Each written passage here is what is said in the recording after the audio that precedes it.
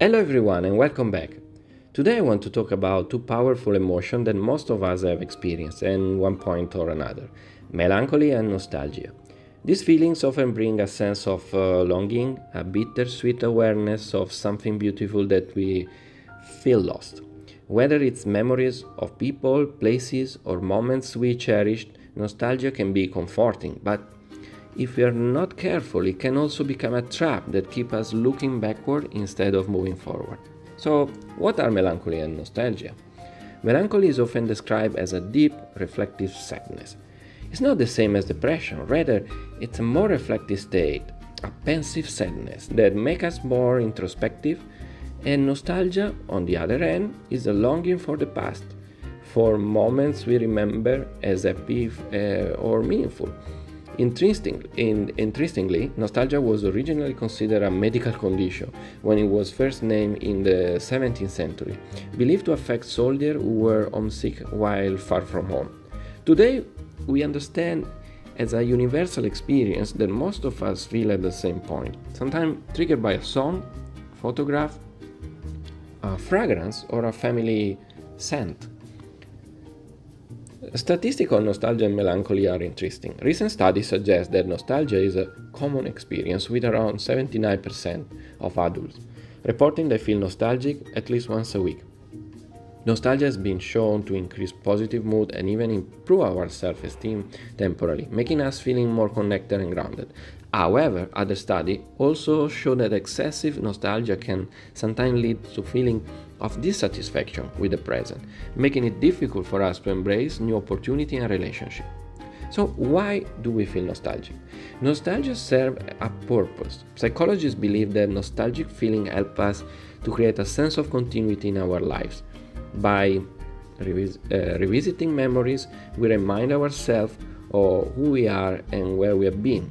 We can be grounded. However, it's also a selective process. Our minds tend to remember things more positively than actually were, which can make the present feel less fulfilling by comparison.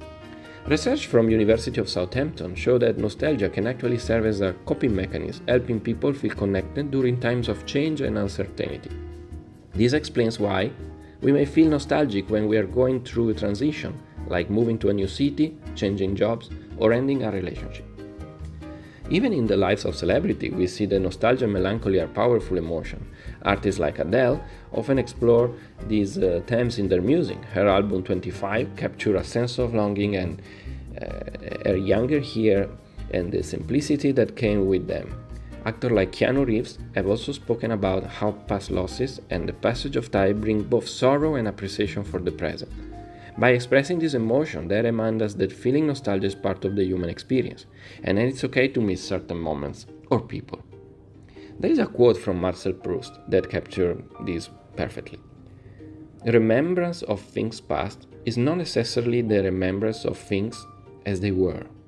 This reminds us that nostalgia, while beautiful, is a filtered version of reality. Our minds edit and idealize our memory, which means they may not reflect exactly what happened. Practical ways to embrace nostalgia without getting sick. So, how can we embrace nostalgia and melancholy without letting them hold us back? One approach is to use nostalgia as a source of motivation rather than a limitation. When you feel nostalgic, consider what specific qualities from that memory made you happy. Was it the feeling of freedom, connection, or discovery? Once you identify these elements, you can try to incorporate them in your present life in a new way. Another strategy is to create new experiences. While it's wonderful to look back, it's equally important to give ourselves opportunity to create new memories. Try to find activities or relationships that make you feel as fulfilled of those from the past. If you love traveling with friends, maybe plan a new trip, or if you miss a particular hobby, consider starting up again. Journaling can also be helpful. Writing down memories also allow you to revisit them without feeling overwhelmed. A journal is like a safe space for nostalgia, where you can capture those feelings without letting them dominate your present life. This can be especially helpful if you are someone who feels very attached to past memory and struggle to let go. Finally, practicing mindfulness can help anchor you to the present. Mindfulness encourages us to experience the moment as it is, without judgment. When you feel nostalgic, acknowledge the feeling, but gently bring yourself back to the present. The goal isn't to reject your past, but to allow it coexist with where you are now. If you're interested in exploring these feelings more deeply, I recommend the book The Art of Stillness: Adventures in Going Nowhere by Pico Iyer. He explores the idea of stillness and reflection and how these can help us live more mindfully without being overwhelmed by past memory or future worries. I want to close with a message about the beauty of nostalgia and melancholy. These feelings are part of what make us human, reminders of what matters to us. But while it's natural to look back, remember that life is a balance of holding on to memories and creating new ones. As T.S. Eliot said, the journey, not the destination, matters. So cherish your memories, but keep you journeying forward. There's so much more ahead.